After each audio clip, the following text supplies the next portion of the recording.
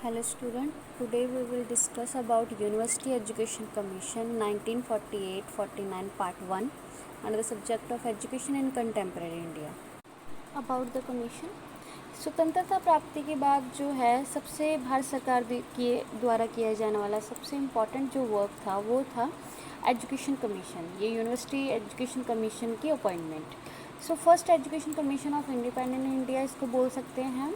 Government of India appointed this commission इन 4 नवंबर 1948 और इसके जो चेयरमैन थे वो डॉक्टर राधाकृष्णन थे, इसलिए इसको राधाकृष्णन कमीशन के नाम से भी जाना जाता है। Inaugurated by Abdul Kalam Azad, the minister of education. Abdul Kalam Azad के द्वारा इसको इनॉग्रेट किया था। This commission consist of 10 members, इसके 10 मेंबर थे इस कमीशन के।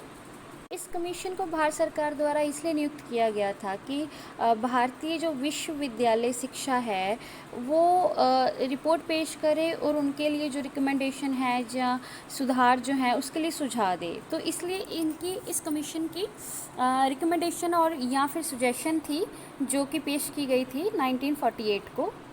मेजर रिकमेंडेशंस, सो क्या थी recommendation? First is structure of education. जो यूनिवर्सिटी एजुकेशन कमीशन था उन्होंने जो विश्वविद्यालय की शिक्षा थी वो कैसे कंस्ट्रक्ट की कि admission to the university should be after the intermediate examination after 11 year of the school courses. First degree should be after 3 years of the college education. It means कि जो 11 to 12 ईयर हैं schooling के, +2 के बाद जो है वो university education होगी, कॉलेज की एजुकेशन होगी जो कि 3 साल की होगी और फर्स्ट जो डिग्री है बच्चों को वो 3 साल के बाद मिलेगी। और इट मीन्स कि 11 schooling plus 3 years of university education, ये था structure of education. Teaching standard क्या थे कि the teacher should adopt new teaching method, so new teaching method को टीचर जो है वो अपनाएगा। Next is method of teaching. Teaching method provide maximum student interactions और introduction of tutorial system in college to develop the citizenship qualities, जो मतलब वो tutorial system होना चाहिए। Next is examination reforms. Teacher must evaluate student continuously in the classroom. Teacher classroom में बच्चों को लगातार इवेल्यूएट करेगा। Objective type question should be included in examination system. Internal assessment जो है वो भी होनी चाहिए, ऑरल एग्जामिनेशन भी होने चाहिए। क्रेडिट फॉर क्लास वर्क होना चाहिए, पीरियोडिकल एग्जामिनेशंस भी होने चाहिए और जो मार्किंग है वो कंट्रोल होनी चाहिए। यूनिफॉर्म सिस्टम ऑफ क्लासिफिकेशन होनी चाहिए, ग्रेस मार्क्स नहीं होना चाहिए, वाइवा जरूर होना चाहिए। वाइवास जो एग्जामिनेशन वो एग्जामिनेशंस में होने चाहिए। Next is religious and moral education. Student should be aware of all religion in India so that they develop spirit of tolerance and secularism. Student जो हैं उनको सारे रिलीजन का पता होना चाहिए और ताकि उनमें जो स्पिरिट है टॉलरेंस की और सेकुलरिज्म की वो इनकलकेट हो सके। The curriculum must have it is based on Indian history and Indian philosophy.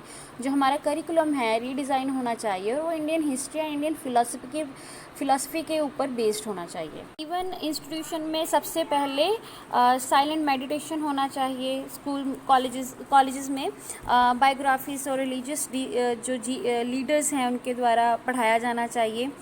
Degree courses में उनको इंक्लूड करना चाहिए।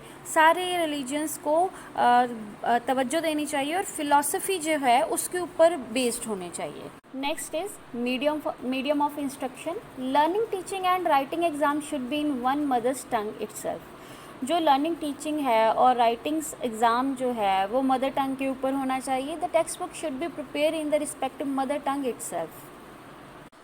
यूनिवर्सिटी एजुकेशन कमीशन में बात की गई है मदर टंग की। इट मीन्स कि उन्होंने बोला है कि रीजनल लैंग्वेज इवन और मदर टंग जिसको हम बोलते हैं नेशनल लैंग्वेज और इंग्लिश, इन सबको तवज्जो मिलनी चाहिए। शिक्षा जो है मदर टंग के द्वारा ही देनी चाहिए बच्चों को। Next is introduction to UGC. University Grant Commission should be appointed to supervise the universities all over India and to allocate funds for its functioning. एक यूनिवर्सिटी एजुकेशन जो यूनिवर्सिटी ग्रांट कमीशन है वो अपॉइंटमेंट उसकी होनी चाहिए ताकि वो supervise करे सारी यूनिवर्सिटीज़ को और जो फंड्स जो हैं एलोकेट फंड्स हैं इनके लिए वो मतलब कि प्रोवाइड करवाए।